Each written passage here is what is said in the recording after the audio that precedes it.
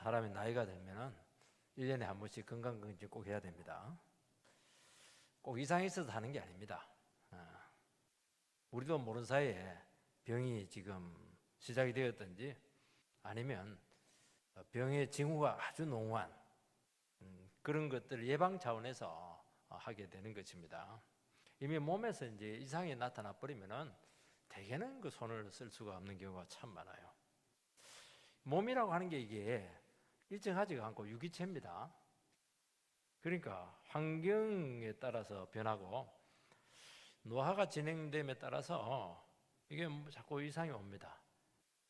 그래서 연세 드신 분들은 자꾸 그 고장이 나요. 이게 너무 기계를 오래 쓰는 바람에 여기도 신경통도 생기고 류마티도 생기고 머리도 뭐 생기고 이렇게 하는 겁니다. 그래서 이 건강을 지키려고 하면은 몸의 항상성을 유지할 수 있도록 지속적인 검진과 관심을 기울여야 되는 겁니다. 그래도 참 힘들어요.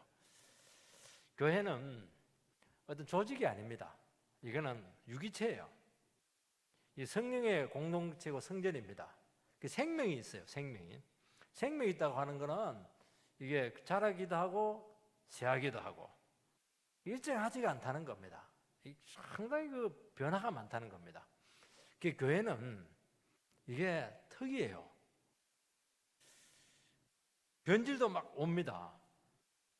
그리고 이 어떻게 교회가 지속되는지 알 수가 없어요. 이 조직으로 되질 않아요.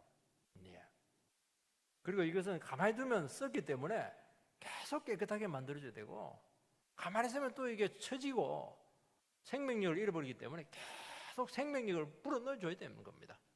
참 신기해요. 세상 조직은 돈 자꾸 주면 돼요. 돈 가득 넣고 이렇게 합하면 되는데 돈 가지고도 안 돼 이것은요. 이거는. 그래서 교회의 건강성을 유지하려고 하면은 지속적인 진단과 검증을 그 과정을 거쳐야 된다는 것이죠. 특히 교회 질병이라고 하는 것은 사람의 속에 있는 질병보다도 더 눈에 안 보입니다. 그리고 몰라요. 안 보입니다. 일단 병이 났다 이러면 거의 회복이 어렵고 회복시키려면은 너무너무 고통스럽습니다. 그래서 교회는 문제가 생기기 전에 문제가 안 생기도록 해야 되고 생기기 전에 예방을 해야 되는 것이죠. 그러니까 얼마나 점검이 필요하고 예단이 필요하고 특히 시험에 들지 않도록 분쟁에 나지 않도록 그렇게 해야 됩니다. 한번 병 들어가지고 깨져버리면 회복 불능입니다. 안 돼요. 이 고린도 교회가 문제가 너무 많잖아요. 문제가 많다고 하는 것은 이 교회는 살아있다. 문제가 없는 그 죽은 교회는 문제가 없어요. 왜냐면 죽었으니까. 이 교회는 너무 살아있는 게 문제였어요. 이게 생명이 넘쳤습니다. 그래서 바울은 그들에게 이제 교회가 뭐냐 하는 것을 이제 쭉 1장부터 3장까지 지금 서술을 해왔어요. 교회 본질이 뭐며, 교회는 어떻게 세워지고, 교회는 어떻게 유지되느냐, 이런 부분들, 사역자는 뭐냐, 성도는 뭐냐, 이런 것들 논증을 해왔는데 오늘 본문에서 이제 결론적인 요약을 하고 있습니다.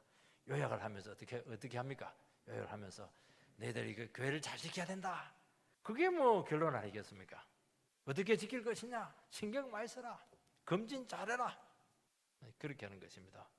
왜냐하니까 이 교회는 지금 파벌 문제도 있고 파당 문제도 있고 헬라 철학, 세상 지혜들을 막 끌어들이고 있는 거예요, 지금. 그게 굉장한 그 문제를 일으키는 것을 알 수가 있고 그 4장부터는 이제 구체적으로 하나씩 사례를 들어가지고 고린도 교회의 문제가 얼마나 심각한가 하는 것을 그 질병을 하나씩 지금 다뤄주고 처방을 내리고 있는 것을 알 수가 있습니다. 왜냐하면 한 번 병에 감염이 되었기 때문이죠. 여러분, 한 번 감염이 되면은 재발할 가능성이 굉장히 높아요. 이 폐렴 같은 거, 결핵 같은 거, 이거는 사람들이 나으면 약을 안 먹거든요. 그럼 반드시 재발합니다. 그래서 의사가 그만 드세요. 그때까지 약을 먹어야 돼요. 근데 그게 잘 안 하거든요. 당장 정세가 없으니까. 그러면 틀림없이 재발합니다.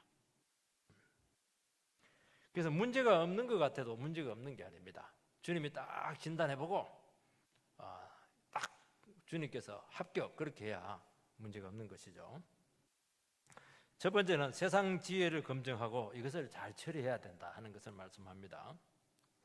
고린도 교회는 고린도 지역이 헬라 지역 아니에요. 그리스 지역이기 때문에 이 사람들은 기본적으로 헬라 철학, 세상 지혜 이런 부분에 아주 박식했고 이게 굉장히 유용했습니다.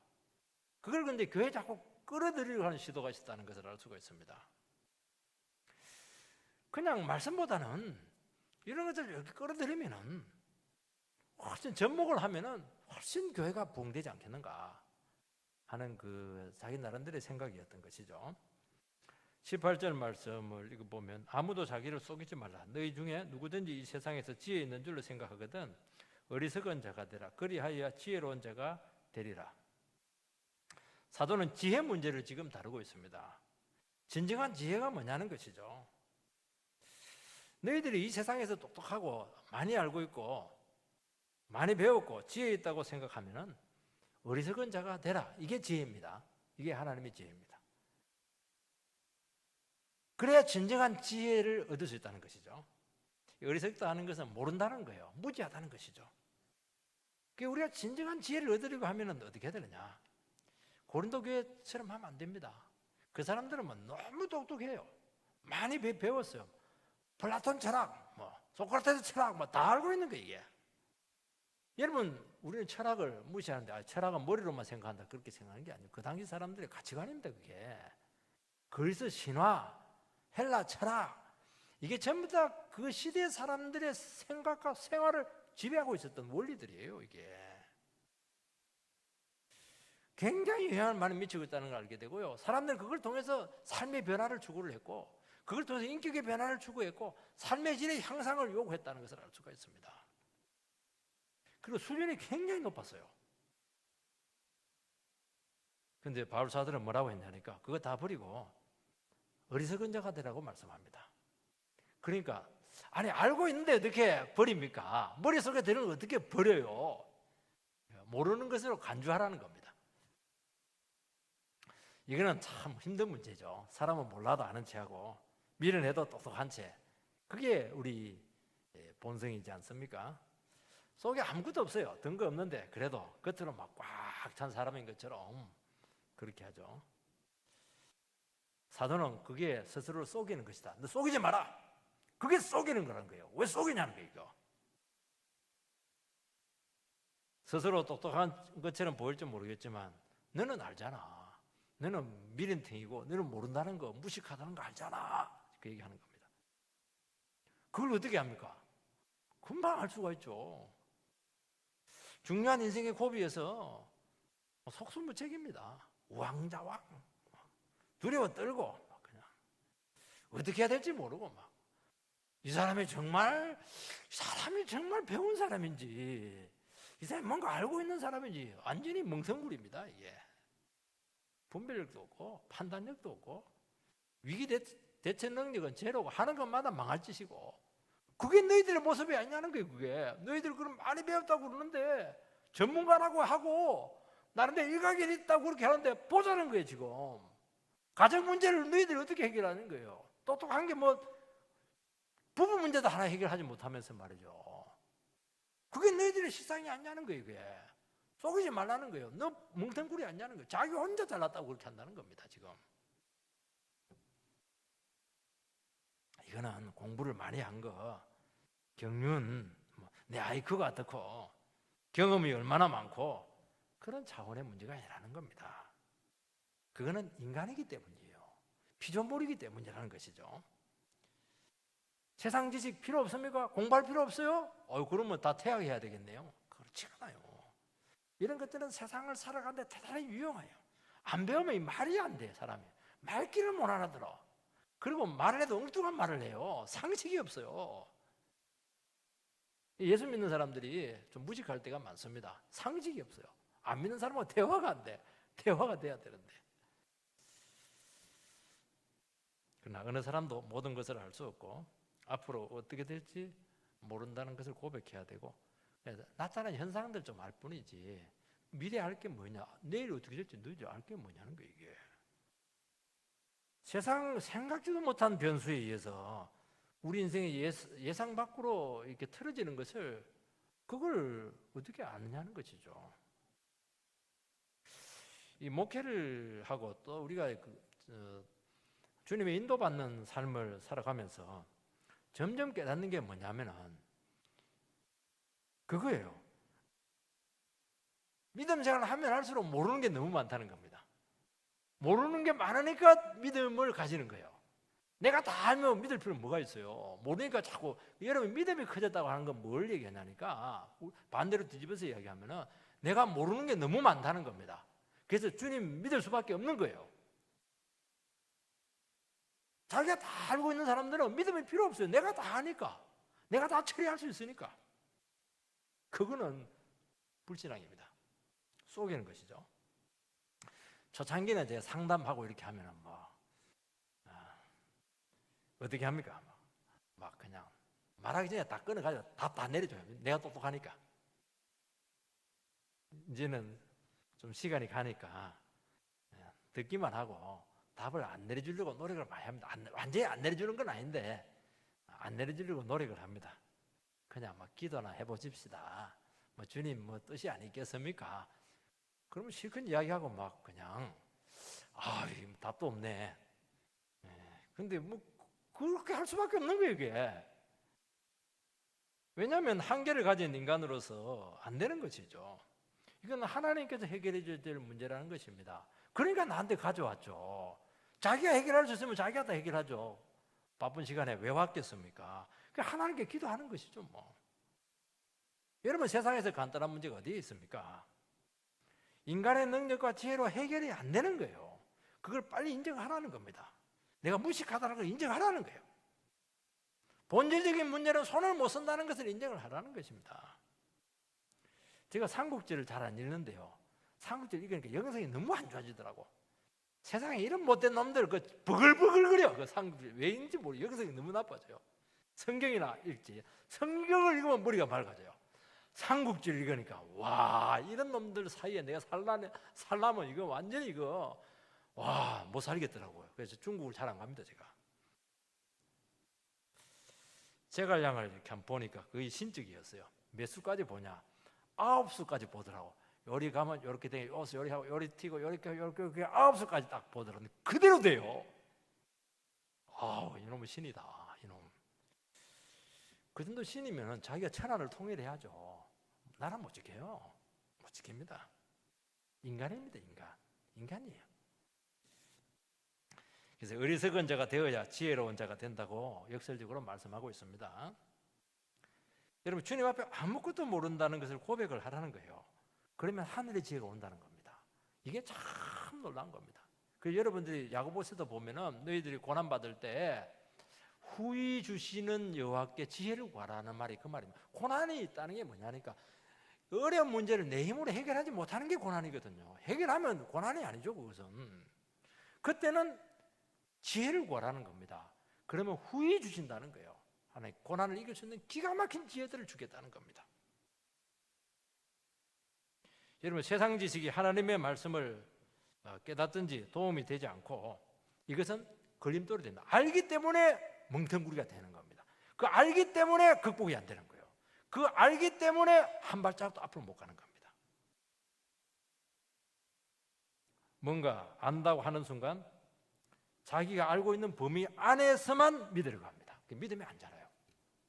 그렇습니다. 믿음이 안 자라요. 그 똑똑한 사람들이 믿음이 잘 좋아질 것 같죠? 말 잘하는 사람들 믿음이 굉장히 좋아질 것 같죠? 거기에 늘 그 자리라. 늘 똑같은 이야기예요. 눈에 보이지 않는 영적인 세계가 열려야 되는 것입니다. 하나님께서 세상을 이끄시는 섭리를 알아야 되는 것이죠. 이 모든 지혜라고 하는 것은 하나님과의 관계에서 오는 것입니다. 여러분 성경에서 말하는 지혜는 인격적인 지혜입니다. 우리가 공부해서 독파하는 게 아니에요. 성경에서 말하는 것은 전부 다 예수와의 관계에서 오는 겁니다. 인격적인 지혜예요. 하나님과의 관계에서 풀어내라는 거예요. 이게 내가 하나님과 관계 없으면 멍텅구리 되는 거예요. 이게 내가 주님과의 관계가 흩어져 있으면 인생이 불통이에요. 아무것도 안 되게 돼 있어요. 기독교는 뭐냐? 교리가 아니고 사상이 아니에요. 어떤 원리가 아닙니다. 예수와의 교제예요. 예수와 계속 그냥 교제하고 살고 동행하고 물어보고 듣고 기도하고 그러면서 전부 다 문제를 풀어내야 돼요. 이게 지혜입니다. 누가 지혜라고요? 예수가 지혜입니다. 예수가. 그거는 예수는 인격적인 인물이기 때문에 인격적인 관계에서 문제를 다 풀어내야 돼요. 그러니까 얼마나 매달려야 되겠습니까? 이분한테. 그러면 믿음으로 열립니다. 내가 모르는 세계가 열리는 것입니다. 믿음은 내가 다 모르기 때문에 하나님께서 나의 삶 가운데 역사를 해달라고 여지를 넘겨드리는 거, 이게 믿음입니다. 하나님께서 가르쳐 주시고 성령이 역사하시고 은혜가 임하게 될 때 열리는 것입니다. 성령이 와야 돼요. 성령은 막 기가 막힙니다. 참 어떻게 이렇게 깊은 부분까지 알고 우리를 조명해 주는지 몰라요. 여러분, 성령을 내 머리로 풀 수 있어요? 아우, 절대로 안 되죠. 성령께서 가르쳐줘야 돼요. 비춰줘야 되는 것입니다. 모세는 애굽 왕궁에서 최고의 학문을 배웠죠. 이집트 유니버시티, 그러니까 카이로 종합대학, 여기 나왔죠. 머리 너무 좋았어요. 최고의 최고. 모세 오빠, 최고. 근데 그 지식으로 이스라엘을 구원하지 못했어요. 그 지식을 가지고 구원하러 갔다가 살인만 하고 도리어 그 반역자가 돼가지고 쫓겨납니다. 광야로. 광야에서 어떻게 하냐? 거기서 광야에 가가지고 뭐 자기가 미군 적군하고 양 키우는데 무슨 소용이 있어요? 그거 아무 소용 없어요. 그거 심리학이 무슨 필요 있어요? 그거 부인은 아무 생각이 없는데 거기서 뭐 아무도 안 알아줘. 아무도 안 알아주고 하나님 어디까지 40년 동안 계속 낮춰서 너 아무것도 아니다. 너 아무것도 아니다. 너는 멍청이고 바보다. 그거 40년 동안 배웠어요. 근데 놀라운 사실은 거기서 깨달음이 왔어요. 거기서 열립니다. 하늘의 지혜가 열리는 겁니다. 바울은 정말 똑똑한 사람입니다. 구약에 능통했어요. 그리고 이방 지식에도 능통했고 히브리 지식에도 능통했고 헬라도 능통하고 히브리도 능통하고 정말 대단한 가브리엘 문화의 수제자입니다. 이 사람은 가브리엘 문화생, 아마 예수 안 믿었으면 그 문화생 후계자가 되었을 겁니다. 이 사람은. 근데 바울은 그 배운 지식을 초등학문이다. 초등학생 배우는 거예요. 1 더하기 1은 2 그렇다는 거예요. 그리스도를 아는 지식에 비해는 배설물이라는 겁니다. 바울이 언제부터 지혜자가 됐느냐? 주님 만나고 다메섹 도상에서 한번 꺾여요. 눈이 완전히 가버립니다. 그러면서 복음의 경륜, 하나님께서 나에게 주신 비밀의 경륜, 이게 복음이거든요. 바울에게만 준 아주 이방인들을 향한 그 한 복음의 그 경륜이라고 하는 것은 전체 체계를 얘기하는 것이거든요. 한두 개 하는 게 아니고 복음 덩어리, 말씀 체계 전체를 그에게 주어버렸어요. 그때 한순간에 열리는 것입니다. 열려라 참게 공부하는 게 아니에요. 하나님께 열어줘야 되는 겁니다. 오늘 우리 사회 문제를 진단하게 됩니다. 많이 배우고 학벌 좋고 스펙 막 뛰어나고 전문가들 막 말 얼마나 잘하는지 몰라요. 우리는 알아듣지도 못해요. 이런 사람들이 전부 다 지도자 청년을 형성하고 있습니다. 그런데 이들의 맹점이 뭐냐? 다 안다는 게 맹점이에요. 거기서 문제가 터지는 겁니다. 다 아니까 자기가 틀릴 수 없는 거예요. 아무리 틀려도 상관없어요. 계속 해버려요. 왜냐하면 자기는 상관없으니까.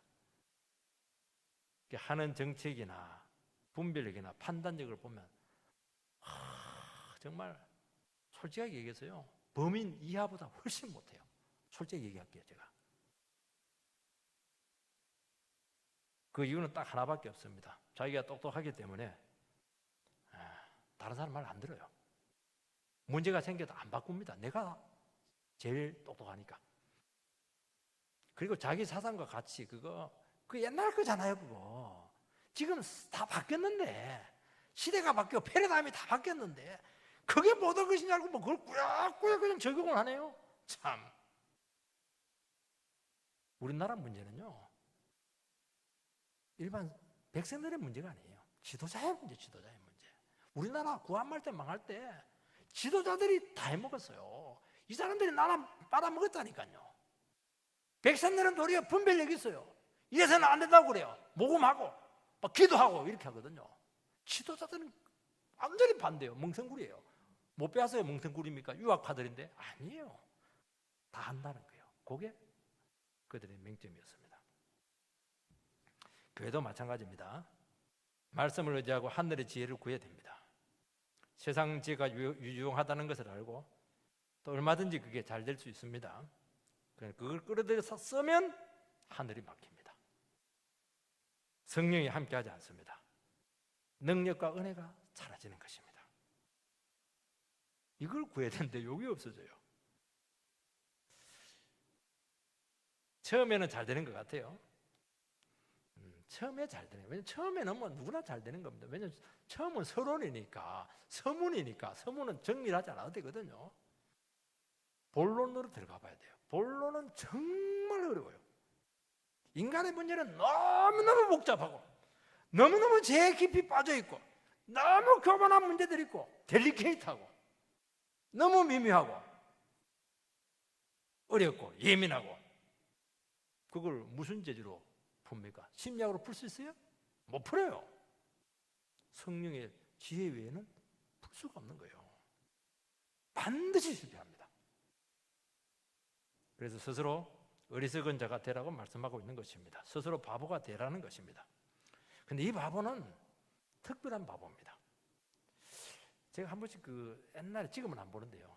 개그맨 중에서 바보 연기를 막 굉장히 잘 연구이다 이렇게 하고 이렇게 하는데 참 여러분 진짜 바보면 바보 연기로 웃기지 못합니다. 바보 연기를 잘하는 사람들이요 진짜 머리 좋은 사람들입니다.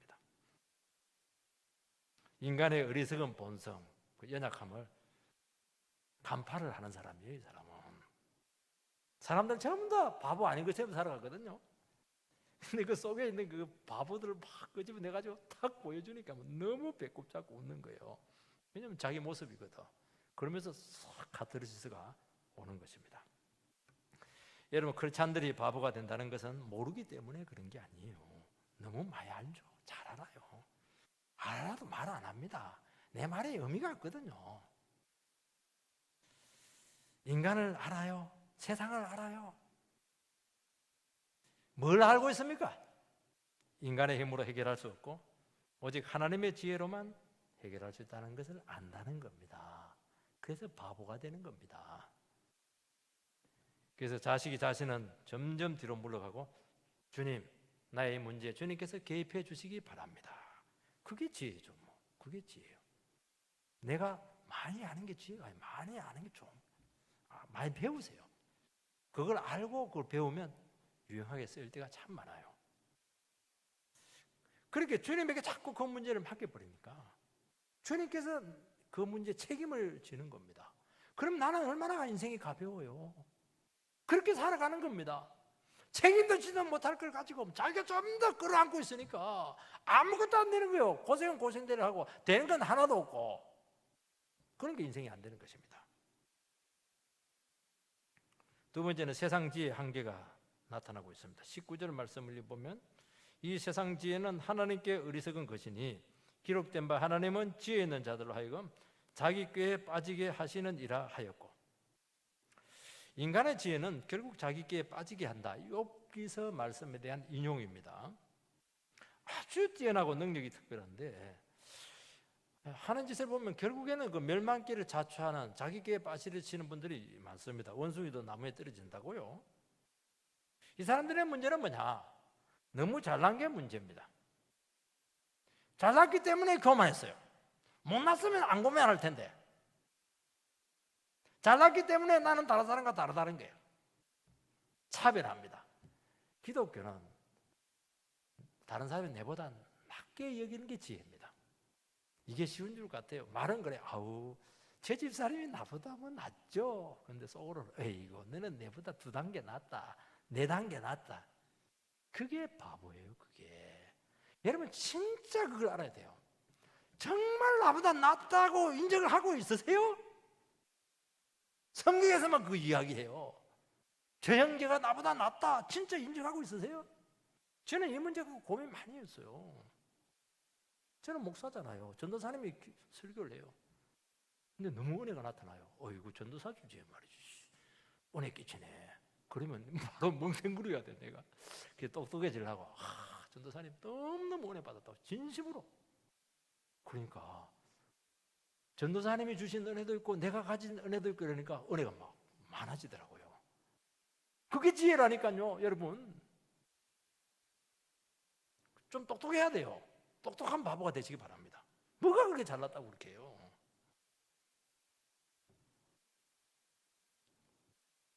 사람은 그렇게 하잖아요. 조금만 다른 사람보다 나은 게 있으면요 생각도 난 니보다 낫다 그렇게 하고요. 또 말을 해요. 니하고 나하고 수준 차이가 난다. 같이 놀라 하지 말라는 거예요. 자기가 인생이라는 것을 인정하지 않습니다. 이게 세상 지혜를 붙들 때 나타나는 현상입니다. 그래서 세상 지식은 반드시 교만하게 합니다. 스스로 대단하다고 여깁니다.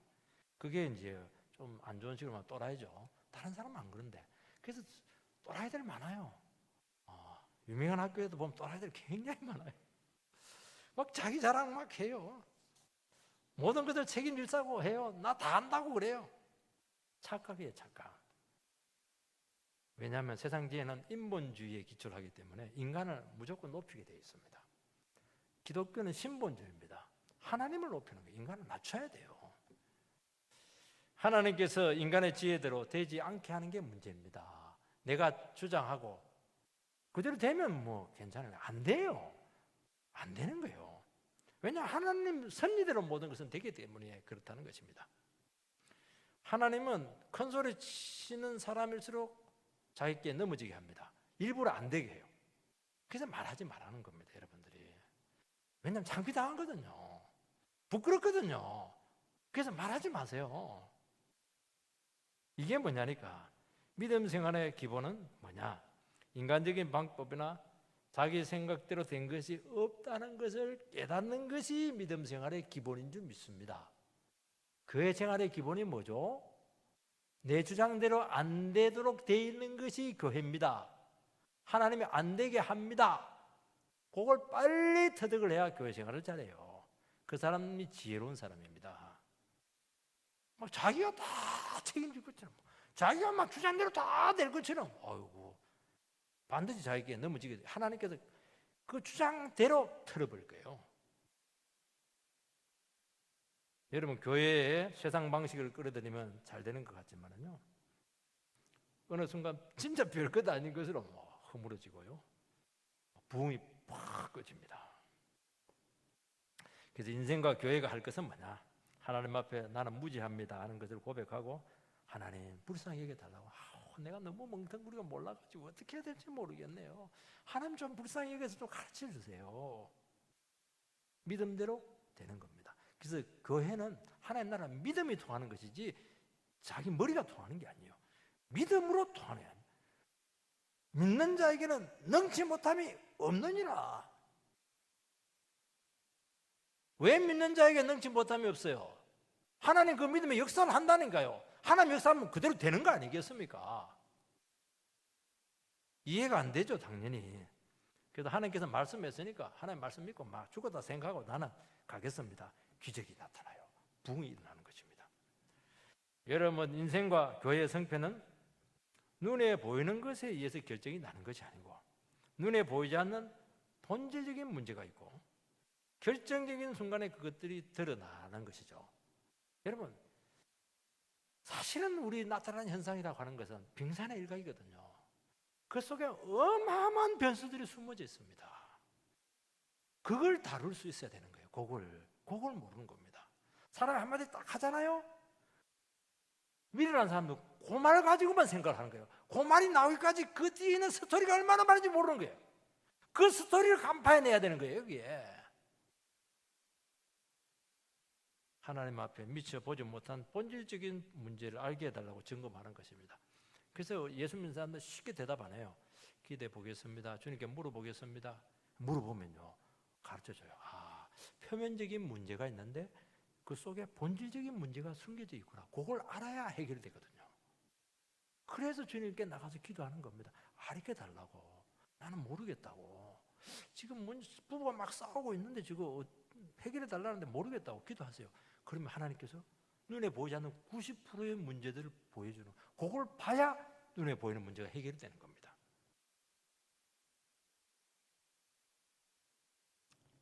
요즘 교회마다 참 목자를 찾으려고 기도 많이 하고 많이 노력합니다. 세상 지혜, 스펙, 여러 가지 인간적인 조건을 결국에는 보면 결정적일 때는 목자를 뽑을 때, 청빙할 때 그런 사람을 뽑아요. 말씀을 뭐하러 보고 있고, 승리의 능력 그거 모르고, 변화된 인격 이런 거 나타나지도 않아요. 그거 이력서에 그거 쓰지도 못해요. 학벌 써야지. 눈에 들어오지도 않고 확인도 어렵습니다. 그래서 결정할 때 보면 결국에는 세상적인 기준을 가지고 결정을 하게 되는데, 그러니까 계속 교회가 시행착오를 반복하는 겁니다. 그래서 기도를 많이 해야 돼요. 하나님, 참 목자를 주시기 바랍니다. 하나님께서 세우신 목자를 찾게 주십시오. 그래서 원래는 내 가지고 뭡니까? 물론 그것도 내야 되겠지만, 기독신문에 내 가지고 그냥 자꾸 이렇게 이력서 받듯이 그렇게 해야 되겠지만요, 어쩔 수 없어서 그거 갖고 안 돼요. 그거 반드시 실패합니다. 하나님께서 준비해 놓은 사람을 찾아야 돼요. 찾아서 모시고 와야 돼요. 하나님께서 되게 해야 되지 않겠습니까? 하나님의 능력과 생명과 말씀과 은혜는 이 하나님께서 주셔야 되는 것이죠. 이 하나님의 지혜를 모르면은 안 돼요. 교회도 이끌어 갈 수가 없어요. 처음에는 스펙 갖고 지식 갖고 하죠. 1년만 지내보세요. 고갈 현상 아무것도 없어요. 아무것도 없어요. 금방 고갈이 나요. 하나님의 지혜가 있어야 하늘에 있는 그 엄청난 그 지혜 덩어리에서 와야 계속 오는 것이지, 내가 배운 거 그거 해봐야 1년 지나면 미쳐 나 떨어져 버려요. 그러면서 문제가 생기는 교회가. 20절 말씀을 보면, 또 주께서 지혜 있는 자들의 생각을 헛것으로 하신다 하셨느니라. 헛것은 열매가 없다는 겁니다. 세상 지식으로 한 것은 대단한 것 같은데 뚜껑 딱 열어보면 아무것도 아니에요. 빈 깡통입니다. 하나님의 지혜로 한 것은 처음에는 시시해요. 결과는 너무 놀랍고 갈수록 놀랍고, 열매는 왕창이고, 그 열매가 부흥이고 변화된 심령이고 말씀의 능력이고 승리의 역사고 놀라운 은혜입니다. 하나님 말씀으로 하지 않는 것은 의미가 없어요. 하지 마세요. 시간 낭비입니다. 돈 낭비예요. 세상 지식은 이물질이기 때문에 열매를 막 씁니다. 그리고 지혜 있고 똑똑하다고 하는 사람들이 특징이 뭐냐? 하지 말라고 하는 엉뚱한 짓을 너무 많이 해요. 시행자 안 하면 도리어 본전이라도 하는데, 그걸 가지고 못 써먹어서 난리나. 그 써먹는 것마다 그냥 문제가 심각한 거예요. 이게 안 하면 되는데 꼭 알고 있는 사람들은 꼭 안다는 걸 티를 내야 되기 때문에 꼭 써먹어야 돼. 그거 권세가 좀 있으면 우리나라 면장만 해도 얼마나 대단한지 몰라요. 무시하는지. 그 권세 못 써먹어가지고, 권세나 힘이라고 하는 거 쓰라고 주는 게 아니에요. 그것은 도라고 하는 거예요. 그것은 도우라고. 참 지혜가 없어요. 세 번째는 하나님의 지혜가 인생의 진정한 도움이 된다는 것이죠. 21절 22절 말씀을 보면, 그런즉 누구든지 사람을 자랑하지 말라. 만물이 다 너희 것임이라. 바울이나 아볼로나 게바나 세계나 생명이나 사망이나 지금 것이나 장래 것이나 다 너희의 것이다. 하나님의 지혜를 붙들 때 사람을 자랑하지 않습니다. 왜냐하면 만물이 다 우리의 것이니까요. 모든 만물은 하나님의 것입니다. 그러니까 인생은 의지할 대상이 아니래요. 사람을 존경하고 참 귀하게 인정을 하지만은 그 사람 자체가 소망이 되지는 못해요. 그 사람 자체가 대단한 존재가 되는 것은 아니에요. 왜 이 말을 하냐니까, 고린도 교회는 목회자를 중심으로 파가 4파로 나눠져 있어요. 2파만 생겨도 난리인데 4파가 났으니까 완전히 이거는 완전히 그냥 난리도 아니에요. 이거는. 바울이 뭐라고 합니까? 그들은 너희들 도우라고 주신 하나님의 종입니다. 왜 종을 섬기냐는 거예요. 종은 부려 먹어야지. 그 종을 잘 쓰라는 겁니다. 왜 이들을 우상시하고 나는 그들 라인에 있고 나는 그들의 것이라고. 너희들은 영혼도 없나? 추정하고 이렇게 하는데, 그런 문제가 어떻게 생기냐?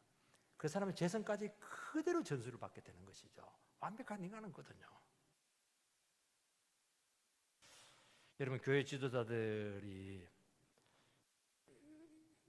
망하는 것은 성도님들의 책임이 많아요. 성도님들이 기도 많이 해줘야 되는데, 여러분, 이 지도자들은 위험한 자리거든요. 왜냐하면 조금 잘 되면 지가 잘했다고 그래요.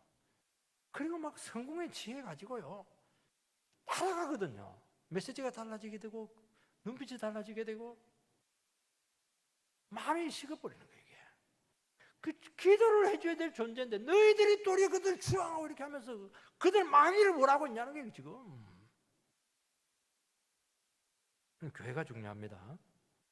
주님은 교회를 통해서 일하십니다. 사람을 통해서 일하잖아요. 교회를 통해서 일하는 것입니다. 주님이 교회의 유익을 위해서 얼마든지 이 사람 쓸 수 있고 바울도 쓰고 아볼로도 쓰고 게바도 쓰고 뭐 필요하면 다 쓰는 거예요. 이게 도구죠, 도구. 교회가 병들거나 영혼을 죽인다면 교회가 존재할 이유가 없는 것이죠. 그래서 교회의 건강성을 유지하라는 거예요. 지금 누구를 따르고 있냐는 거예요. 너희들 왜 사람을 따르냐는 것이죠. 우리를 내려놓고 무지를 인정하고 말씀을 붙들 때 만물이 우리의 것이 된다고 약속하고 있습니다. 하나님은 너무 크시고 우주를 운행하고 있습니다. 그러니 너무 작은 지식이나 시각에 안주하지 말라는 거예요. 왜냐하면 너무 크신 분을 모시고 있기 때문에요. 여러분, 큰 태평양이 있는데 옆에 개천에서 막 흑장불에서 이게 놀지 말라는 겁니다. 쪼장하게. 여러분, 버스나 지하철에서 옛날에 이제 요즘은 안 그런데 상품을 선전할 때 뭐 그거 안 사면 안 될 것 같아요. 너무 좋은 것 같아요. 막상 집에 가서 가면 완전히 형편 없어요. 그렇다는 겁니다. 그거 세상 것은 뭐 굉장히 없으면 안 될 것 같죠. 학벌 같은 거 없으면 안 될 것 같죠.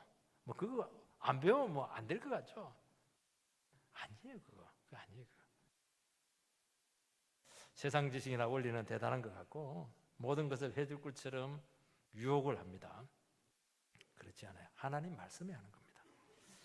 하나님의 지혜를 붙들 때 무궁무진한 하나님의 지혜가 우리의 것이 된다고 합니다. 부족한 것 없어요. 모든 것이 의미를 가지게 될 것이고 엄청난 것이 우리를 도우리고 기다리고 있다는 것입니다. 그래서 여러분, 절대로 눈에 보이는 것에 현혹되지 마시고 그게 현혹이 되면은 하나님이 도우실 수가 없어요. 그리고 세상 지혜는 반드시 부패하게 하고 교만하게 하고 그 재성에 보이지 않지만 재성이 숨어 있는 거예요. 그게 문제입니다. 좋은 거 있어요. 그걸 왜 부정을 해요? 그 부정하는 것도 나쁜 거예요. 그렇지만 그 속에 있는 그 재성까지 다 받아들여야 되기 때문에 그게 무섭다는 게 그게 우리를 부패시키거든요. 모든 만물은 우리의 소유입니다. 우리 한 사람이 얼마나 대단한 존재인가 하는 것을 깨달으라는 것입니다. 저는 대학 진학할 때 기준이 뭐냐? 취직 잘하는데요. 돈 잘 버는 학과였어요. 의대를 가고 싶은데 의대는 비싸다고 장학금 안 주고 이래가지고 경영학과를 갔어요. CPA 하려고. 시야가 너무 좁았어요. 지금 생각해보면. 사람은 일단 눈에 보이는 분명한 것을 자꾸 붙잡아버리고 하는 경향이 있죠. 여러분, 일찍 길이 정해지는 것이 반드시 좋은 것만은 아니라는 겁니다. 여러분, 고민을 좀 더 해야 돼요. 하나님의 시야로 조금 더 인생을 좀 더 넓게 보고 길을 선택하라는 것입니다. 주님이 우리를 어떻게 도와서 어떻게 풍성하게 하실지 아무도 모르는 것입니다.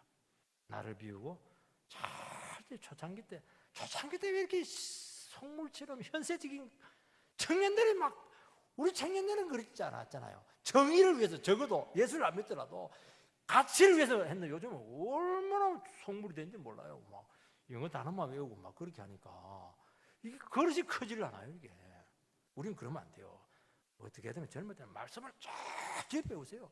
근데 커패시티를 크게 만들어 놓으세요. 거기서 뭐 길 찾아가는 거 쉽잖아요. 용량만 있으면 다 되거든요. 여러분, 생명이나 사망은 주님의 죽으심과 부활을 생각나게 합니다. 생명이나 죽음도 우리를 도울 수 있습니다. 부활의 능력, 생명의 능력이 역사한다면 모든 것을 다 할 수 있다는 것입니다. 그걸 배우라는 거예요. 지금 끝이나 장래 끝도 우리의 것이다.